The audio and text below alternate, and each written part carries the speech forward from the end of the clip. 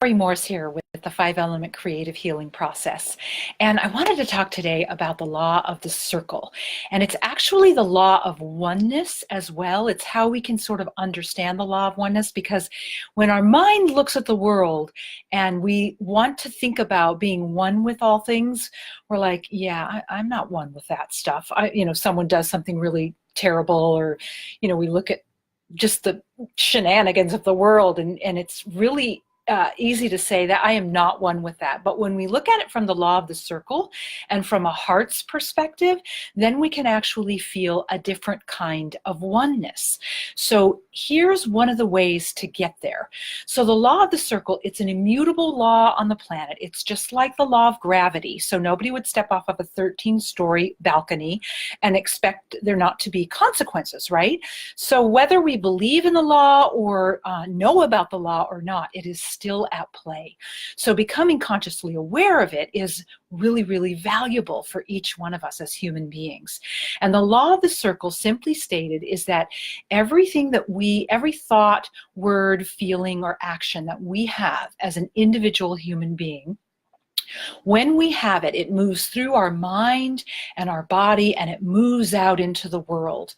And then it comes back by the law of divine timing into our system again, right? So there's just this constant circulation of the frequency or the vibration of our various thoughts, words, actions, and feelings. Now, we could also add in our beliefs and our stories into that law of circle, because most of us are operating from those places, which have kind of a repetitive autopilot engagement in the law of the circle, which isn't always good. I mean, it might be good, it might be not as good. So what I'm calling us forward to is to be intentional about what is being put out into that law of circle. Now, the other thing about the law of circle is that when it moves, let's just say a thought moves through our mind and our body and out into the world, before it comes back to us by the law of divine timing, it is gathering other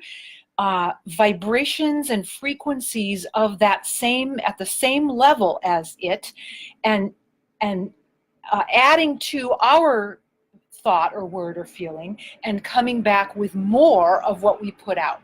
So you can see or imagine that if we're putting out a mix mash of not so great, then we're going to get back even more of that. And if we're putting out yumminess, we're going to get more yumminess back. And we can see this in our lives. If you just take a minute and think about your life, you'll notice, or you'll remember, that when things are going really good, they just keep going good, right? Until there's a break in that.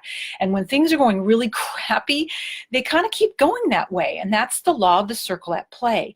And that's all based on circumstances. Most human beings are, in a good groove based on circumstances, or they're in a not such a good groove based on circumstances. What I'm also calling us to is to tend to the law of the circle in as much as we can, not based on circumstances. Let life do what life does, and we tend to our own energy. This is management of energy, and the better we get at it, it's mastery of energy, of our own energy, not based on external circumstances. Not always easy, but it's a good practice. So the original intent of the law of the circle, based on our co-creator's intention, is that we as individual expressions of divine life force, of co-creative life force, would be in an exchange based on the law of circle for co-creation in a physical realm with source. That was the original intent of the law of the circle. The circle has been co-opted in many ways, and what I'm also calling us to is to be consciously aware of our own circular exchange of energy, so that we can claim sovereignty from the ways the energy of the circle has been co-opted on the planet. So the other thing to know is that, well, let's talk about breath here for a minute. So breath is a wonderful example of the law of the circle, right? So we inspire, we take in spirit. What we're actually breathing in is cosmic, intelligent life force.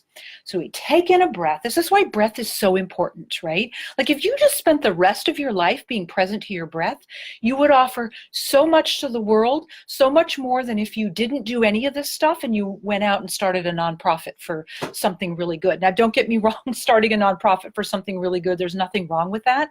But I'm just saying the impactfulness of a presence day in and day out of breath, thought, word, feeling, and action would be more impactful to the world than doing none of that and starting a nonprofit for good. So anyway, let's go back to the breath. So now the breath on the inhale is filled with cosmic life force.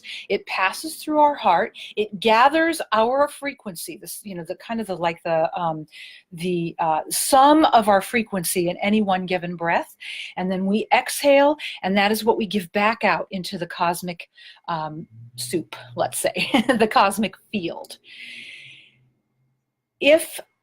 So we misqualify the cosmic intelligence of our inhale by adding our fear to the exhale, right? Like we misqualify that intelligent life force.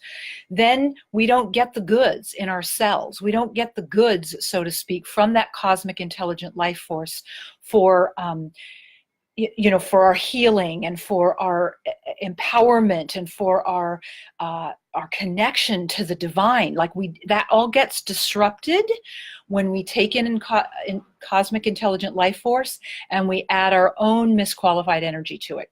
But you can see that an inhale and an exhale is a perfect exchange of life force, right? And that's the design.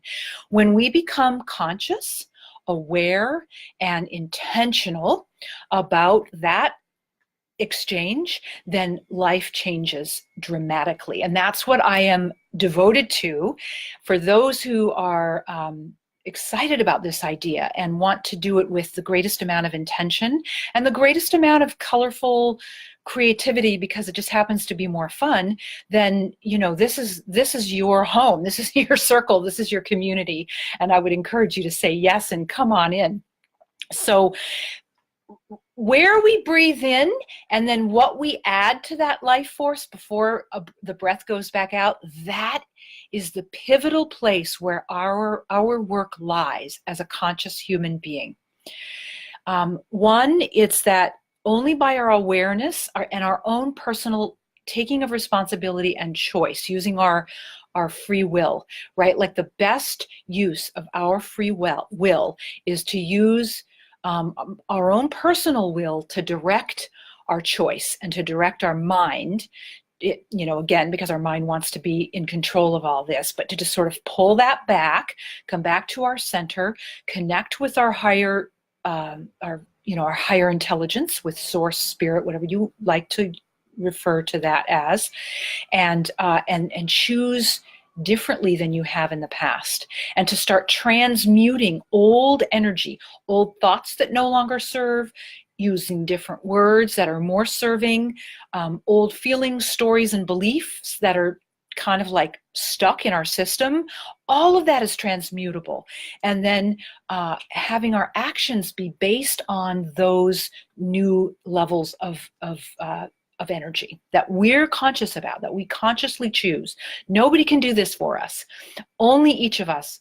One breath, one heart, one being, one good, spirited, spirit-centered person at a time.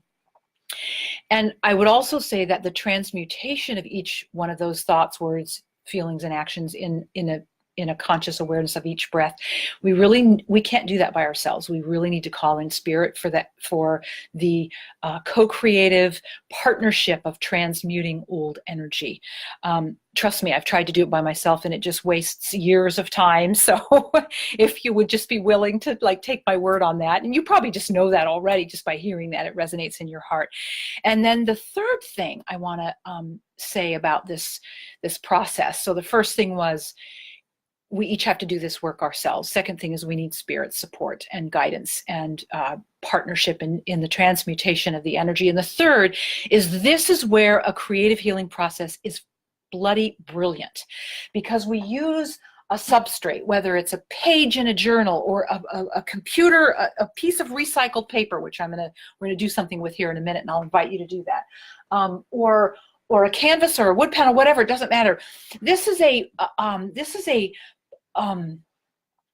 is a grounding. This is a place to hold energy in the physical. So it holds energy for the purpose of transmuting it, transforming, healing, and alchemizing it from what is not working to what will be more serving on any given subject, on any given topic, for any given thought, word, feeling, or action. So that is why I highly encourage a creative healing process, because it all happens in a physical way, and it bypasses our mind.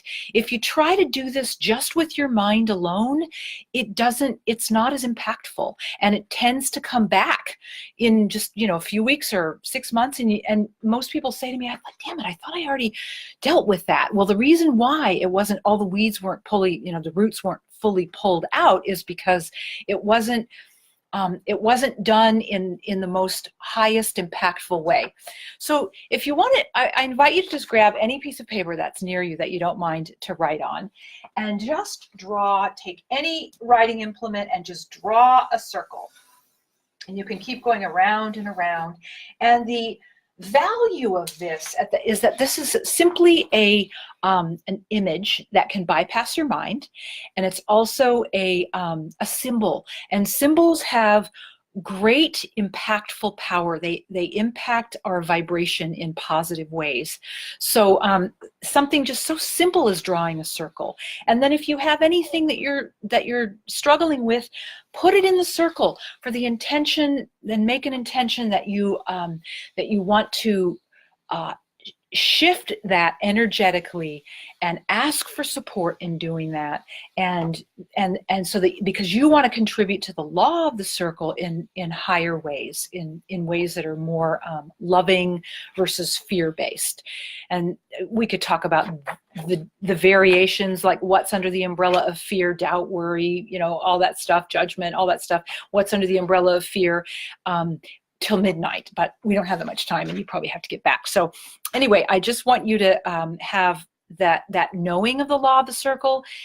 Don't think that you have to get everything right like the minute we're done here, but just be aware of it, so that your awareness is informing you, and then you're inviting spirit to help you, and then you'll start noticing shifts with that. And for the love of all things good, join me on the complimentary creative journey, because we go through all of these things together in various different creative process. We do it for a year. That changes energy tremendously. The link to the invitation for that, for you to say yes to this invitation, is right next to this video. Click on it. You can read through what it's all about. Say yes to the invitation at the bottom of after you've having read it, and you'll get free videos and free worksheets and free emails on how to do all this, because all of it can be parsed down to such small elements. And sometimes we try to do things in this really broad way, and then we don't understand why we don't see the results that we're hoping for our work at it. So I'm all about a good return on investment. I want the energy that I invest in transforming and healing the things that aren't working in my life to have a good return, and I want you to have that too. So say yes, join me on this creative journey, and I'll see you on the path. In great love and wholeness, Lori Morse signing off.